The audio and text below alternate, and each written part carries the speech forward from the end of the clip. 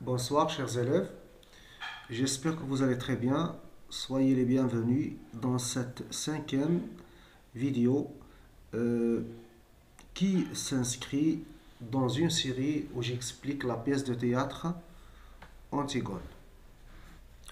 Vous êtes sur votre chaîne, le régional avec Ahmed, la chaîne qui vous aide à aplanir toutes les difficultés concernant l'examen régional.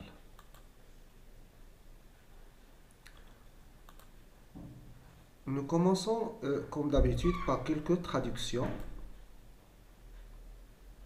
Renoncer, la condamnation, le joug de la solitude, être au courant, la communauté, folle, enfermer quelqu'un, faire fuir quelqu'un, reculer, la nouvelle.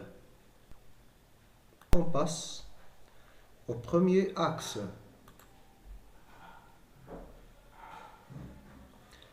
L'intervention des mots.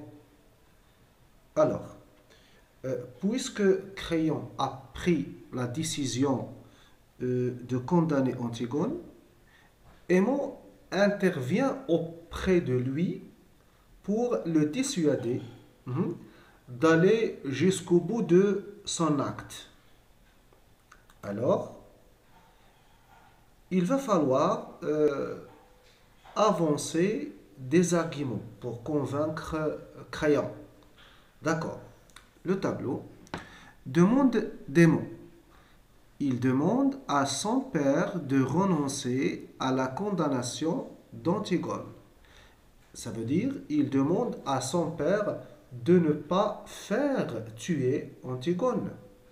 Il lui demande de ne pas jeter Antigone dans un trou après avoir tenté d'enterrer le cadavre de Polynice. Et vous savez bien que Créon a interdit cet acte. D'accord? Alors, quelques arguments. Normalement, désolé, ici on doit ajouter un S parce que nous avons trois arguments. Aimant pour convaincre son père Créon de renoncer à la condamnation d'Antigone a avancé quelques arguments. Le premier argument, son père est le maître. Il a dit à son père qu'il est le maître. C'est lui le roi, celui qui donne des ordres. Alors, il a la possibilité de ne pas faire tuer Antigone, de ne pas condamner Antigone à être murée. Le deuxième argument, la vie sans sa fiancée sera impossible. Parce que vous savez bien qu'Aimon est le cousin, à la fois le cousin et le fiancé d'Antigone. Il l'aime très bien, alors il ne peut pas vivre sans elle. Autrement dit, il sera chagriné, il sera peiné, triste, trop affligé si Antigone est morte, si Antigone sera morte. Troisième argument, sans Antigone sera sous le joug de la solitude. Désolé, donc ici je dois normalement dire sans Antigone, virgule, il sera sous le joug de la solitude. Je crois que c'est clair. Donc ici, Antigone, c'est sa fiancée, c'est sa cousine, c'est sa compagne. D'accord? Alors, si Antigone meurt, il sera, il sera solitaire. Il sera solitaire. Bien. Alors, on passe à un autre axe. Ah bon, on n'a pas encore fini les arguments. Ou bien il s'agit ici, d'accord, il s'agit ici dans ce deuxième tableau de la réponse de Créon. Donc Aimon a fait une demande, à savoir, il a fait une demande à son père, à savoir renoncer à la condamnation d'Antigone et a donné des arguments, des raisons. Il a tenté de convaincre son père de le persuader parce qu'il a joué et sur les sentiments et sur la raison. Quand il dit à son père qu'il est le maître, là, il joue sur la raison. Il s'agit de convaincre. Mais lorsqu'il dit, par exemple, la vie sans sa fiancée sera impossible, bon, ici, il joue sur les sentiments de son père. Il s'agit de la persuasion. Ça veut dire le verbe persuader. Donc, vous devez distinguer entre, il y a deux types d'argumentation. La conviction et la persuasion. Lorsqu'on parle de la conviction, on s'adresse à la raison. D'accord? À l'esprit. Lorsqu'on parle de la persuasion, on parle des sentiments, des affects. Alors, quelle est la réponse de Crayon? Désolé. Elle reste sur ses paroles. Donc, même si, au gré de tous ces arguments, Crayon n'a pas changé d'avis. D'accord? Il reste sur ses paroles. Ça veut dire, il va bel et bien faire tuer Antigone. Il est déjà condamné. D'accord? Bien. Argument avancé par Crayon, il a fait de son mieux pour la sauver. Vous savez bien que Crayon n'a pas condamné Antigone une fois il est capturé. Ça veut dire dans les premiers instants. Non. Il a essayé d'abord de la sauver. D'accord? Et nous avons déjà parlé de ceci.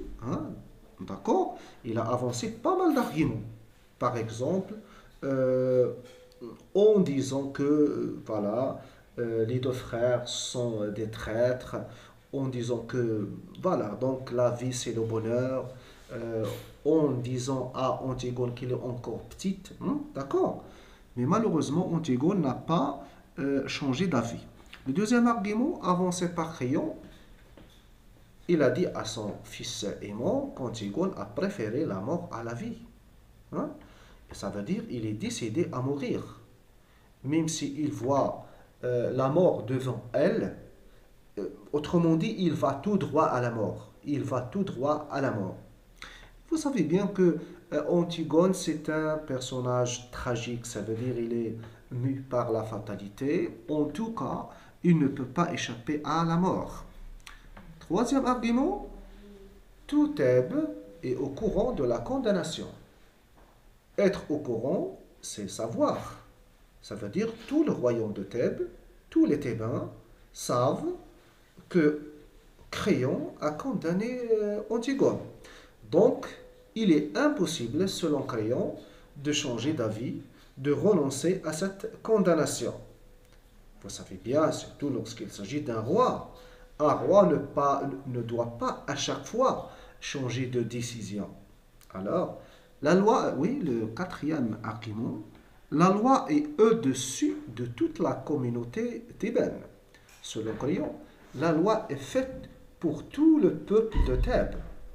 Les princes, les princesses, les rois, le peuple, tout le monde doit se soumettre à la loi, y compris Antigone, bien sûr, même s'il s'agit d'une princesse. Je passe.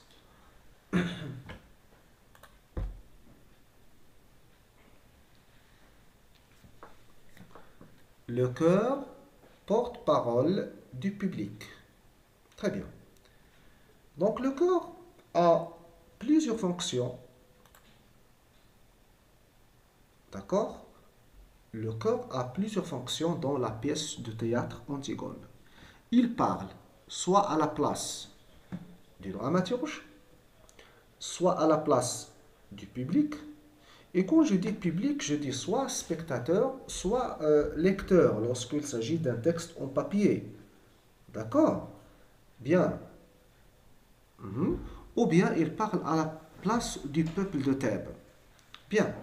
Donc ici, le cœur parle à la place du public. Il est son porte-parole. il parle à la place du public, ça veut dire du téléspectateur ou bien du lecteur. Quelle est la proposition faite par le cœur à Crayon? Dire qu'Antigone est folle, l'enfermer ou la faire fuir. Donc ici, nous sommes devant trois propositions. D'accord? Alors, on va ajouter ici un S, n'est-ce pas? Dire qu'Antigone est folle, c'est la première proposition. La deuxième, l'enfermer. La troisième, la faire fuir. D'accord? Alors, la réaction de Crayon, avant de parler de cette réaction, vous devez savoir que le corps n'est pas un personnage actif. Donc, il est là pour simuler, simuler des paroles, des actions. Donc, il parle à la place d'eux. Il parle à la place d'eux.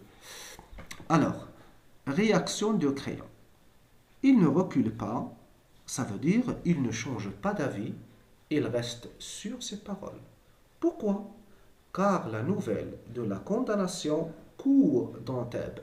Parce que le peuple thébain sait que qu'Antigone est condamné à être muré, à être jeté dans un trou, bien sûr. Alors, il ne peut pas, en aucun cas, revenir en arrière. Très bien. Voilà, mes amis, c'est tout j'ai pour vous aujourd'hui. J'espère que vous avez appris beaucoup de choses à propos de la pièce de théâtre Antigone. À la séance prochaine, Inch'Allah. Au revoir, bonne nuit.